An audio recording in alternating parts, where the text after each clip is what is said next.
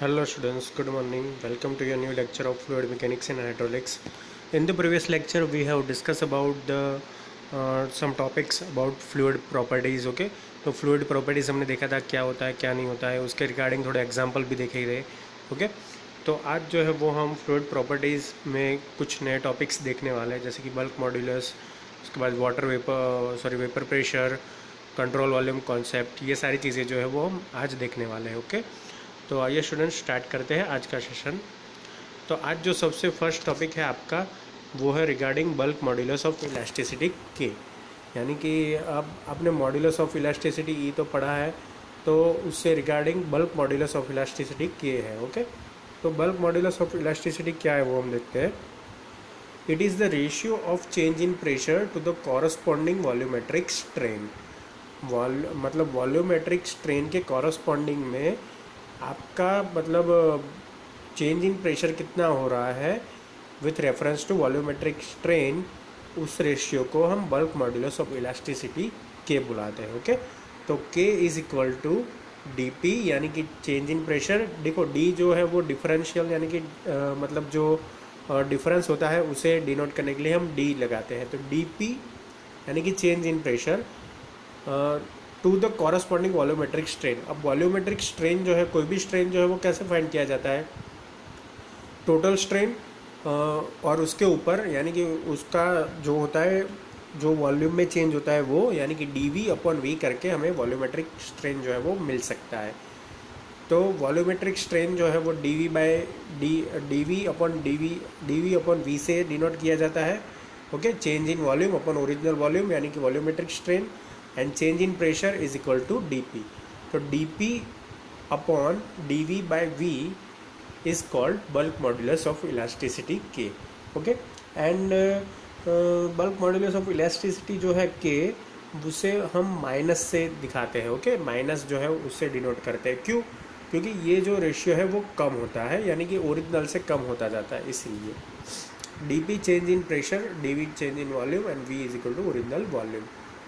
और अगर हम ऐसा करें कि उसको डेंसिटी वाइज दिखाएं, तो ऐसा हो सकता है कि is equal to D rho upon rho. Okay, तो इसमें क्या होगा कि ये प्लस में होगा, क्योंकि ये डेंसिटी के हिसाब से है, इसीलिए. ऐसा क्यों होगा? देखो, वॉल्यूम जो है वो अपना डिक्रीज होगा तो क्या होगा, जो अपनी डेंसिटी है वो बढ़ेगी. ओके, जैसे जैसे मतलब वॉल्यूम बढ़ता जाएगा वैसे वैसे क्या होगा, डेंसिटी कम होती जाएगी. लेकिन जैसे हमारा वॉल्यूम डिक्रीज़ होता है तो डेंसिटी जो है वो इंक्रीज़ होती है. कोई भी मतलब आप लिक्विड ले लो, उसकी बात कर रहा हूँ मैं. देखो, कोई लिक्विड जो है, सपोज़ 1 लीटर मतलब जो ऑयल है वो आपने 15 लीटर वाले में अगर भरा है तो उसकी डेंसिटी जो है वो कम होगी, उसका वॉल्यूम कम होगा. लेकिन 1 लीटर वाले को अगर हमने 1 लीटर वाले डब्बे में भरा है तो उसका वॉल्यूम जो है वो ज़्यादा होगा. यानी कि वॉल्यूम तो ठीक है लेकिन डेंसिटी जो है वो ज़्यादा होगी. ओके, तो ऐसी बात है यहाँ पे. तो जब हम डेंसिटी के regarding bulk modulus of elasticity लिखते हैं कि, तो उसमें प्लस साइन आता है.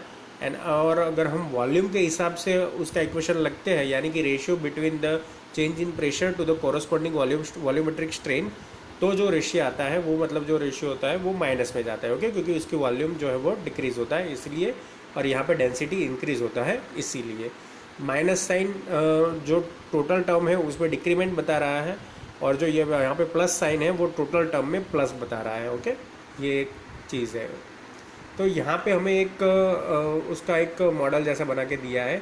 सपोज ये एक सिलेंडर है, वो कंटेनिंग गैस है, यानी कि उसमें गैस भरा हुआ है. तो पहली पोजीशन थी जो आपके नॉब की वो यहाँ पे है. ओके, तो यहाँ पे जो है वहाँ से हमने उसको कंप्रेस करके यहाँ तक लाया, तो उसमें जो वॉल्यूम में चेंज आया वो डी वी जितना है और टोटल वॉल्यूम मेरा वी जितना है. ओके, गैस का पहले गैस यहाँ तक था लेकिन अब गैस यहाँ तक आ गया है, ऐसा इस पर दिखाया है, यानी total volume V and D V. तो अब ये डी वी अपॉन वी का जो रेशियो होता है उसे हम यहाँ पे वॉल्यूमेट्रिक स्ट्रेन बुलाते हैं. और प्रेशर का जो चेंज आता है इसमें ये करने से, यानी कि आपका नॉब यहाँ पे प्रेस करने से जो प्रेशर का चेंज आता है उसे हम क्या बुलाते हैं, चेंज इन प्रेशर. तो अगेन मैं आपको दिखा देता हूँ. It is the ratio of the change in pressure to the corresponding volumetric strain. It is called bulk modulus of elasticity K. आपको बल्क मॉड्यूलस ऑफ इलास्टिसिटी अगर कहीं पूछते हैं तो उसमें आपको ये फिगर भी दिखानी है, ये इक्वेशन भी दिखाना है और डेफिनेशन भी लिखनी है, तब जाके आपको 2 मार्क मिलेंगे स्टूडेंट्स। ओके, उसके बाद जो सेकंड थिंग है वो है कंप्रेसिबिलिटी। ओके, कंप्रेसिबिलिटी किसे बोलते हैं? The reciprocal of bulk modulus of elasticity is called compressibility. Okay, reciprocal of bulk modulus of elasticity, यानी कि हमने जो के आगे पढ़ा बल्क मॉड्यूलस ऑफ इलास्टिसिटी, उसका हम टोटल मतलब उल्टा कर देंगे तो वो हो जाएगा कंप्रेसिबिलिटी। तो कंप्रेसिबिलिटी का इक्वेशन हम लिख सकते हैं 1/k। Okay, 1/k। के जो है वो bulk modulus of elasticity and 1/k जो है वो आपकी लिक्विड की कंप्रेसिबिलिटी है। ओके, तो उसके बाद जो है वो हमें देखना है वेपर प्रेशर के। वेपर प्रेशर क्या है, ये भी एक इम्पॉर्टेंट टॉपिक है, आपके सिलेबस पे कवर है। देखो आपकी बुक में मतलब अतुल की जो बुक है आर पी रेतलिया की, उसमें बहुत सारे टॉपिक जो है वो मतलब बिना मतलब के भी डाल दिए हैं, लेकिन एज़ पर आपके सिलेबस में जाऊँगा और उसमें से जो जो मतलब टॉपिक्स आपके रिगार्डिंग हो गए सिलेबस के, वो मैं इसमें से लूँगा, जैसे जीटी में हमने किया था वैसे ही। ओके, तो हम टॉपिक बाय टॉपिक पढ़ेंगे तो एग्ज़ाम में उसके अलावा बाहर का कुछ नहीं आ सकता है। ओके, तो अब वेपर प्रेशर देखते हैं कि वेपर प्रेशर क्या है। तो vapour pressure, a change from liquid state to gaseous state is known as vaporisation. Okay, यानी लिक्विड स्टेट से कोई भी मटेरियल गैसियस स्टेट में जाता है तो उसे हम वेपराइजेशन प्रोसेस बोलते हैं। जैसे आप पानी जो है वो मतलब आप बर्नर पे रखोगे, गैस के बर्नर पे रखोगे, तो थोड़े टाइम जाने के बाद उसमें से वेपर बाहर निकलती हुई आपको दिखने को मिलेगी। तो वो जो वेपर है वो पानी से ही बनी हुई है, जिसे हम भाप बुलाते हैं, यानी कि वेपर जिसे हम इंग्लिश में बुलाते हैं। ओके, तो लिक्विड में से गैसियस फॉर्म में जब जाता है कोई भी मटेरियल, कोई भी लिक्विड, क्या तो कोई भी फ्लूइड, तो उसे हम वेपराइजेशन बुलाते हैं। The vaporisation depend upon the prevailing pressure and temperature conditions. देखो प्रेशर कितना है उसके ऊपर डिपेंड करता है vaporisation, and second thing is कि टेम्परेचर कंडीशंस कैसी है उसके ऊपर भी डिपेंड करता है। Okay, vaporisation occurs because of continuous escaping of the molecules through the free liquid surface. Okay, vaporisation किससे होता है कि जो लिक्विड की फ्री सरफेस होती है। अब लिक्विड की फ्री सरफेस यानी क्या? लिक्विड की फ्री सरफेस यानी ऐसे सरफेस कि जहाँ पे मतलब ऊपर का जो मतलब लेयर होता है, टॉप मोस्ट लेयर जो होता है लिक्विड का, वो जिसे हम देख सकते हैं ऊपर का लेयर, यानी कि सबसे ऊपर की बाउंड्री लिक्विड की, तो उसे हम टॉप लेयर बुलाते हैं या तो फिर फ्री लिक्विड सरफेस बुलाते हैं। ओके, तो जो ये फ्री लिक्विड सरफेस होती है वो उसके जो मॉलिक्यूल्स होते हैं वो एस्केप होते हैं वहाँ से, तो इससे वेपर बनती है। तो वेपर किस मतलब कौन सी सरफेस की बनेगी? फ्री लिक्विड सरफेस की बनेगी, क्योंकि उसमें जो मॉलिक्यूल्स होंगे वो सबसे ज़्यादा गर्म होंगे और वो गर्म होके मतलब वेपर में कन्वर्ट हो जाएगी। ओके, तो ऐसे जो है वो हमारी वेपर बनती है। Vapour pressure may be defined as the pressure exerted by vapour of liquid form at the free surface of liquid at a particular temperature in a closed container। Okay, यानी vapour pressure किसे बुलाते हैं? तो vapour pressure ऐसे कोई close container में specific temperature पे किसी भी लिक्विड की फ्री सरफेस से जो मॉलिक्यूल्स है उसका वेपर में जो कन्वर्टाइजेशन होता है यानी वेपराइजेशन होता है, तो उससे जो फोर्स एक्सर्ट होता है लिक्विड के ऊपर उसे हम वेपर प्रेशर बुलाते हैं। ओके, अगेन जो मैं आपको डिस्क्राइब कर देता हूँ, vapour pressure may be defined as the pressure exerted by vapour of liquid form at the free surface of liquid at a particular temperature in a close container. Okay, तो उसे हम vapour pressure बुलाते हैं। Consider a liquid say water which is confined in a close vessel. आप suppose करो कि आपने एक लिक्विड लिया है जैसे कि वाटर, और उसको एक क्लोज कंटेनर में रखा है, क्लोज वेसल्स में रखा है। Let the temperature of liquid is 20 degree Celsius and the pressure is atmospheric, यानी उस पर हम टेम्परेचर इंक्रीज करते हैं 20 डिग्री सेल्सियस का, और जो प्रेशर जो है वो एटमॉस्फेरिक प्रेशर पे रखते हैं, यानी कि उस पर कोई प्रेशर और नहीं डालते, जितने एटमॉस्फेरिक का है उतना ही रखते हैं। This liquid will vaporise at 100 degree Celsius. अब हमें पता है कि वाटर जो होता है उसका मतलब जो बॉइलिंग पॉइंट होता है, यानी कि वाटर वेपर में कन्वर्ट होना स्टार्ट वो 100 डिग्री सेल्सियस पे होता है। Okay, when vaporisation take place the molecules escape from the free surface of the liquid. तो उससे क्या होता है कि मॉलिक्यूल्स जो होते हैं वो एस्केप होते हैं फ्री सरफेस से of the liquid. This vapour molecules get accumulated in the space between the free liquid surface and the top of vessel. अब देखो आपका वेसल तो बंद है, ओके, तो जो ये वाटर वेपर होगी वो कहाँ रेस्ट करेगी, फ्री सरफेस से ऊपर, यानी लिक्विड की फ्री सरफेस से ऊपर, और वेसल का जो मतलब ढक्कन है उसके नीचे का जो रीजियन है उसमें, ओके, तो उसमें रहेगा। This accumulated vapour molecules exert a pressure on the liquid surface. तो ये जो मतलब इकट्ठी हुई, एक्यूमुलेटेड यानी जो इकट्ठा होती है ये वाटर वेपर, वो क्या करती है, लिक्विड सरफेस पे इन टर्म्स में प्रेशर लगाती है। क्यों? क्योंकि आपने लिड तो बंद की हुई है वेसल की, तो मतलब वाटर वेपर उस पर तो प्रेशर नहीं डाल सकती है उतना, लेकिन वाटर जो सरफेस है, फ्री वाटर सरफेस है, उस पर वो प्रेशर एग्जर्ट कर सकती है, okay. This pressure is known as vapour pressure, तो उसे हम वेपर प्रेशर बुलाते हैं, ओके। तो यहाँ पे देखो आपको एक फिगर में दिखाया है कि कैसे होता है ये। द वेपर प्रेशर यानी कि saturation pressure of a pure substance, example water, is the pressure exerted by its vapor molecules when the system is in phase equilibrium with its liquid molecules at a given temperature। देखो यहाँ पे देखो, suppose एक vessel है, ऐसा आप consider कर लो, और ये फ्री वाटर सरफेस है। तो ये फ्री वाटर सरफेस के ऊपर से क्या होता है कि वेपर जो बनती है वो यहाँ तक रहती है। ये सपोज लीड है, ये जो बाउंड्री आप फिगर देख रहे हैं वो लीड है, ऐसा आप समझ लो। तो जो वाटर प्रेशर होगी वो यहाँ ही रहेगा, ओके। तो जब ये यहाँ पे वाटर प्रेशर एक्यूमुलेट हो जाएगी यानी कि इकट्ठी हो जाएगी, तब ये क्या करेगी, इन टर्म्स में यहाँ पे फिर से प्रेशर जो है वो एग्जर्ट करना चालू कर देगी। तो ये जो प्रेशर एग्जर्ट हो रहा है उसे ही हम बुलाते हैं वेपर प्रेशर, ओके। तो वेपराइजेशन, वेपर कैसे बनती है, वेपराइजेशन क्या होता है, वेपर प्रेशर कैसे क्रिएट होता है, ये आपने ये थियरी में समझा, okay. Vapour pressure is the pressure at which the liquid is converted into vapours in given temperature, okay. Vapour pressure ऐसा टेम्परेचर है, ऐसा प्रेशर है वेपर प्रेशर कि जहाँ पे लिक्विड जो है वो वेपर में कन्वर्ट होता है at given temperature. Vapour pressure of a liquid increases with it temperature due to increase molecular activity. देखो टेम्परेचर बढ़ाने से वेपर प्रेशर बढ़ता है, ऐसा क्यों? क्योंकि ऐसा करने से क्या होता है कि मॉलिक्यूल्स की जो एक्टिविटी होती है वो ज़्यादा बढ़ती है, ओके। यानी कि उसकी जो मोबिलिटी होती है, उसकी स्पीड जो है वो ज़्यादा बढ़ती है, और उससे जो है वो वेपर में कन्वर्ट होना स्टार्ट हो जाते हैं, ओके। तो एक ये चीज़ है वाटर प्रेशर में।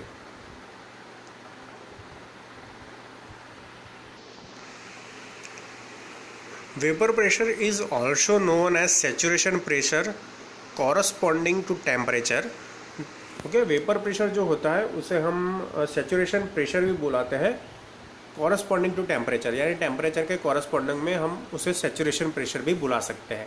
The temperature corresponding to the saturation pressure is known as saturation temperature, यानी टेम्परेचर के कॉरस्पॉन्डिंग में हो तो उसे हम वेपर प्रेशर को सैचुरेशन प्रेशर बुला सकते हैं, और अगर वो सैचुरेशन टेम्परेचर के कॉरस्पॉन्डिंग में हो तो उसे हम सैचुरेशन प्रेशर बुला सकते हैं, ओके।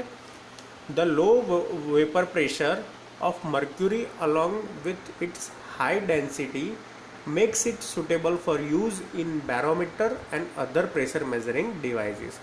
अब देखो मर्क्यूरी जो होता है उसकी एक प्रॉपर्टी होती है कि उसमें लो वेपर प्रेशर होता है, यानी कि उसका वेपर प्रेशर जो होता है वो लो होता है, यानी कि ज़्यादा मतलब कम टेम्परेचर पे वो वेपर होना स्टार्ट हो जाता है, लो वेपर टेम्परेचर होता है, ओके, प्रेशर उसका लो होता है।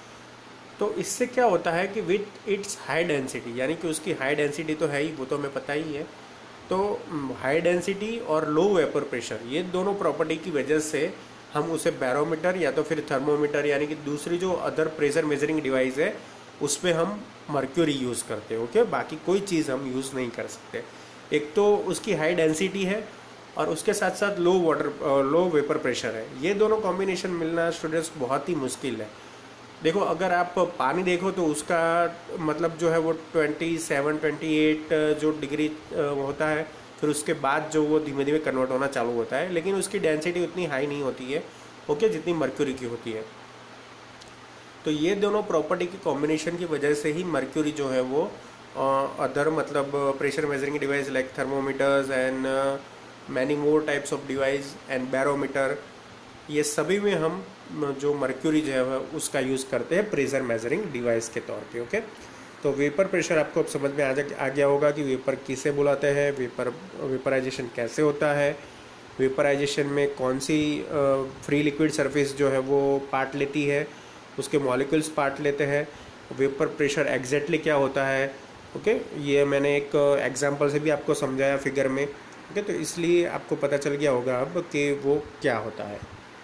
तो आगे जो है वो थियरी है वो एक कैविटेशन की। तो कैविटेशन क्या है वो हम देखते हैं। If the pressure at any point in liquid becomes equal to or less than the vapor pressure. Okay, if the pressure at any point in liquid, यानी लिक्विड पे कोई भी पॉइंट पे प्रेशर जो होता है becomes equal to or less than the vapor pressure, कोई भी पॉइंट पे वेपर प्रेशर से अगर कम या तो उसके जितना प्रेशर बनता है, then liquid start boiling and vapour bubbles will be form. तो उससे क्या होता है कि लिक्विड जो बॉयल होना स्टार्ट हो जाता है और वेपर जो बबल्स होते हैं, यानी कि वेपर के जो वेपर फॉर्म होता है, कोई भी लिक्विड का, पानी ले लो, ऑयल ले लो, कुछ भी ले लो, तो उसका वेपर फॉर्म जो है वो बनना स्टार्ट हो जाता है। This vapour bubbles are carried away by the flowing fluid into the region where pressure is higher than vapour pressure. Okay, तो ये जो वेपर बबल्स है वो क्या करते हैं कि carried away by flowing fluid, तो फ्लोइंग फ्लूइड में से बाहर निकाले जाते हैं into the region where pressure is higher than vapour pressure. जो रीजन में प्रेशर उसके वेपर प्रेशर से ज़्यादा होता है वहाँ से वो बबल्स निकाल लिए जाते हैं। Where the vapour bubbles collapse giving rise to high impact pressure, तो जहाँ पे वो बबल्स कॉलेप्स कर जाते हैं तो वहाँ पे हम हाई इम्पैक्ट प्रेशर जो है वो लगाते हैं।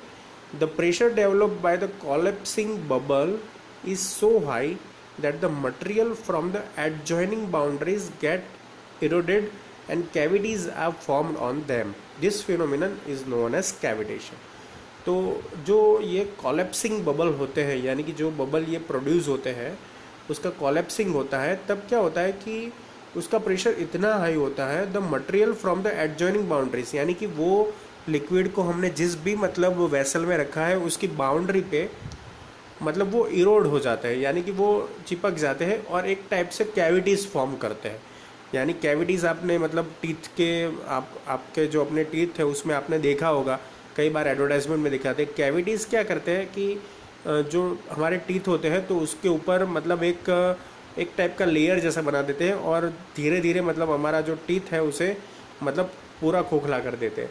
तो ऐसा ही ये वेपर प्रेशर करता है। वेपर प्रेशर से क्या होता है कि जो बाउंड्री है लिक्विड सरफेस की, यानी जिस भी वेसल में हमको रखा है हमने लिक्विड, वो बाउंड्री जो है वो इरोड हो जाती है, यानी कि उसमें इरोजन हो जाता है। ओके, और इसमें कैविटीज़ फॉर्म हो जाती है। तो उसी फिनोमिना को यानी उसी घटना को हम कैविटेशन बुलाते हैं। कैविटेशन अकर्स इन पंप यानी कि इम्पेलर, टर्बाइंस यानी कि ब्लेड्स, प्रोपेलर्स एक्सेट्रा। तो कैविटेशन जो पंप होता है, टर्बाइंस होता है, यानी टर्बाइन की ब्लेड होती है या पंप्स का इम्पेलर होता है, उसके ऊपर कैविटेशन देखने को मिलता है। It reduces the life of machine and their performance. Cavitation से क्या होता है कि life of machine and their performance जो है वो कम हो जाता है। To avoid cavitation, pressure of liquid during flow should not fall below water pressure. अगर हमें कैविटेशन को अवॉइड करना है तो एक चीज़ ध्यान रखनी है कि pressure of liquid during flow उसका जो प्रेशर है यानी लिक्विड का जो प्रेशर है should not fall below vapour pressure, यानी कि उसके वेपर प्रेशर से कम नहीं होना चाहिए। अगर वेपर प्रेशर से आपका जो फ्लोइंग लिक्विड है उसका प्रेशर जो कम हुआ तो कैविटेशन होना स्टार्ट हो जाएगा। तो ये सारी चीज़ें कब काम आती है? जब आप लिक्विड को एक जगह से दूसरी जगह ट्रांसफ़र कर रहे हो, जैसे कि मिल्क पाइपलाइन से ट्रांसफ़र होता है, ऑयल पाइपलाइन से ट्रांसफ़र होता है, तो ये सारी चीज़ें जो है वो आपको ध्यान में रखनी है। क्योंकि देखो ऑयल कई लाखों किलोमीटर ट्रैवल करके पाइपलाइन में आता है। ओके, अब उसका जो प्रेशर होता है वो हर एक पॉइंट पे मतलब मेज़र होता है, हर एक पाइपलाइन के पॉइंट पे मेज़र होता है। अगर ये जो आपका जो मैंने बोला कि वेपर प्रेशर से कम हो जाएगा ऑयल का प्रेशर, ओके। ऑयल का जो प्रेशर है वो फ्लो ड्यूरिंग फ्लो अगर वेपर प्रेशर कम हो जाएगा तो वो जो ऑयल है वो पाइपलाइंस में कैविटीज़ बनाना स्टार्ट कर देंगे, और उससे क्या होगा कि आपका जो पाइप का मटेरियल है वो डिट्रियोट होगा, और एक टाइम पे अगर मेंटेनेंस नहीं हुआ तो आपकी पाइपलाइन फट भी सकती है वहाँ से, और पाइपलाइन में से लीकेज जनरेट हो सकता है, ओके। तो कैविटेशन एक बहुत ही सीरियस प्रॉब्लम है अगर आप कोई लिक्विड का ट्रांसपोर्टेशन कर रहे हो by pipeline, okay. To avoid cavitation saturation vapour pressure, SVP should not fall below 2.5 metre of water, यानी कि 24.5 kilo newton per metre square. तो ये जो सैचुरेशन वेपर प्रेशर है वो फॉल नहीं करना चाहिए टू अवॉइड कैविटेशन, यानी SVP की value 24.5 kilo newton per metre से कम नहीं होनी चाहिए, तो आपका जो कैविटेशन है वो अकर नहीं होगा। तो यहाँ पे 2.5 मीटर ऑफ वाटर, यानी कि 2.5 मीटर वाटर अगर हम कहीं पे मतलब फिल करते हैं तो उसका जो प्रेशर आता है तो उसका प्रेशर आता है 24.5 kilo newton per metre square. तो इससे कम आपका जो फ्लूइड फ्लो हो रहा है उसका प्रेशर नहीं होना चाहिए। अगर होता है तो मैंने जैसे आगे की लाइन में बताया कि pressure of liquid during flow should not fall below vapour pressure, तो इससे कम नहीं होना चाहिए, ओके। और ये जो फिनोमिना है एट 20 डिग्री सेल्सियस, यानी कि at 20 degree celsius water vapour pressure of water is 0.24 metre of water, okay. 20 degree पे क्या होता है कि वेपर प्रेशर जो वाटर का होता है वो 0.24 मीटर ऑफ वाटर होता है। एट बॉइलिंग पॉइंट यानी कि 100 डिग्री सेल्सियस पे vapour pressure becomes equal to atmospheric pressure, यानी तब एटमॉस्फेरिक क्या होता है कि 101.3 होता है kilo newton per metre square, okay. यानी कि 100 डिग्री सेल्सियस पे क्या होता है कि एटमॉस्फेरिक प्रेशर और ये जो वेपर प्रेशर है वो दोनों सेम हो जाते हैं, ओके। इसलिए वहाँ पे मतलब जो वेपर बबल्स जो है बनना स्टार्ट हो जाते हैं, ओके। तो अब अपने को ये ध्यान में रखना है कैविटेशन को अवॉइड करने के लिए कि pressure of liquid during flow should not fall below below vapour pressure. Vapour pressure से आपका फ्लूइड जो फ्लो हो रहा है उससे कम नहीं होना चाहिए उसका प्रेशर। अगर कम हुआ तो कैविटेशन होगा, और कैविटेशन से क्या क्या प्रॉब्लम होती है वो मैंने आपसे डिस्कस कर लिया, ओके स्टूडेंट्स। तो उसके बाद जो है वो कंट्रोल वॉल्यूम कॉन्सेप्ट है। कंट्रोल वॉल्यूम कॉन्सेप्ट, तो ये कॉन्सेप्ट है जिसकी मदद से एग्जाम्पल सॉल्व किए जाते हैं फ्लूइड मैकेनिक्स के, तो वो हम देख लेते हैं। वैसे ये आपके सिलेबस पे है नहीं, लेकिन मैंने इस पर कवर कर लिया है। अ control volume means a definite extent of space with well defined boundaries, यानी कि एक ऐसा मतलब स्पेस जिसमें बाउंड्रीज जो है वो वेल डिफाइन की हो। For solving fluid problems it is necessary to consider a control volume with certain boundaries. तो देखो फ्लूइड की स्टडी करनी है आपको, फ्लूइड के एग्जांपल सॉल्व करने हैं, तो आपको ये एक बाउंड्री जो है वो फिक्स करना ज़रूरी है। The boundary surface of a control volume is known as control surface. तो ये जो बाउंड्री सरफेस होती है उसे हम कंट्रोल सरफेस बुलाते हैं, ओके। देखो यहाँ पे हमको कंट्रोल वॉल्यूम का कॉन्सेप्ट और कंट्रोल सरफेस बुलाया है, ओके। तो देखो यहाँ पे इनलेट है 1 गेट पे, और 2 नंबर का जो गेट है वहाँ से आउटलेट है। ये आपकी पाइप है, और ये जो है वो कंट्रोल सरफेसेस है, ओके। कंट्रोल सरफेसेस अंदर डॉट लाइन से जो दिखाई है वो है। तो देखते हैं क्या है। When a fluid is in motion it may at times to be convenient to consider a certain control volume and study the quantity of fluid entering and leaving the control volume in a definite period of time। यानी कि fluid जब motion में होता है तब हमें अगर कोई स्टडी करनी है तो हमें क्या करना पड़ता है कि एक साइड से इनलेट फिक्स करना होता है, दूसरी साइड से आउटलेट फिक्स करना होता है, और बीच में कंट्रोल वॉल्यूम जो सरफेस है उसे जनरेट करना होता है, जैसे फिगर में किया है। It is usual practice to draw control volume in a such a way that, यानी कि कंट्रोल वॉल्यूम कैसे ड्रॉ करते हैं वो हम देखते हैं, उसकी conditions. Its boundary are normal to the direction of flow at inlets and outlet, यानी उसकी जो बाउंड्री है कंट्रोल वॉल्यूम सरफेस की, वो फ्लो जैसे जा रहा है उसके रिगार्डिंग, यानी उसके कोरस्पॉन्डिंग ही होनी चाहिए, उससे नॉर्मल होनी चाहिए। यानी कि अगर आपका फ्लो हॉरिजॉन्टल जा रहा है तो बाउंड्री भी हॉरिजॉन्टल ही होनी चाहिए, okay. It is inside the flow boundary and has the same alignment as the flow boundary. Flow boundary जहाँ पे होती है, यानी कि जैसे लिक्विड फ्लो करता है वैसे ही शेप में अंदर जो है वो कंट्रोल वॉल्यूम की सरफेस बाउंड्री होनी चाहिए, जैसे आपको फिगर में मैंने दिखाया। देखो यहाँ पे लाइन है इनलेट की, तो यहाँ पे भी लाइन है। यहाँ पे इंक्लाइंट पोर्शन है तो यहाँ पे भी सरफेस का इंक्लाइंट पोर्शन है। आउटलेट पे ऐसे वर्टिकल लाइन है तो यहाँ भी सरफेस की जो बाउंड्री सरफेस है कंट्रोल सरफेस की, वो वर्टिकल लाइन की है। फिर यहाँ से इंक्लाइंड है। ओके, तो जैसे आपका पाइपलाइन का फ्लो है या तो शेप है, उसके हिसाब से आपकी कंट्रोल सरफेस होनी चाहिए। हमारे फिगर में ये जो डैश वाला जो फिगर हमने बनाया है अंदर, सेम एज अ पाइपलाइन का आउटलेट है उसका, उसके रिगार्डिंग ही बनाया है। उसे हम सरफेस कंट्रोल सरफेस बुलाते हैं। ओके, और बीच का ये जो स्पेस है उसे हम कंट्रोल वॉल्यूम बुलाते हैं। तो ये दो क्राइटेरिया आपको ध्यान में रखने हैं, मतलब कंट्रोल वॉल्यूम फिक्स करते टाइम। द कंट्रोल वॉल्यूम में बी इनफाइनाइट स्मॉल और it may be large and finite size.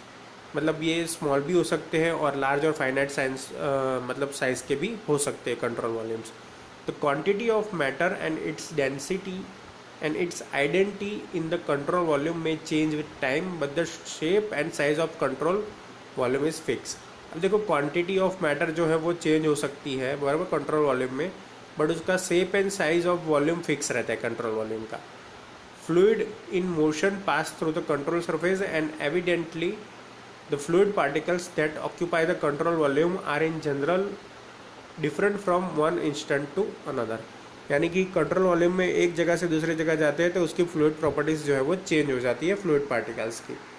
Figure 1.23 shows the control volume concept. In most fluid problems, the part of control surface coincides with some physical boundary such as wall of pipes etc। यानी कि जो control surface जो है वो pipe की boundaries जो है वो उसके रिगार्डिंग हम बनाते हैं स्टूडेंट्स। ओके, तो ये आपका कंट्रोल वॉल्यूम कॉन्सेप्ट है, आपके सिलेबस में नहीं है लेकिन आपको एक बार समझ लेना है, अगर एग्जाम में आ जाएगा तो आपको काम आ सकता है। तो स्टूडेंट्स, तो आज के लिए यहाँ तक। नेक्स्ट लेक्चर में हम देखेंगे इसके एग्जाम्पल्स में क्या क्या इंक्लूडेड है। Okay students, thank you for watching and keep watching for updating videos of fluid mechanics and hydraulics. Thank you.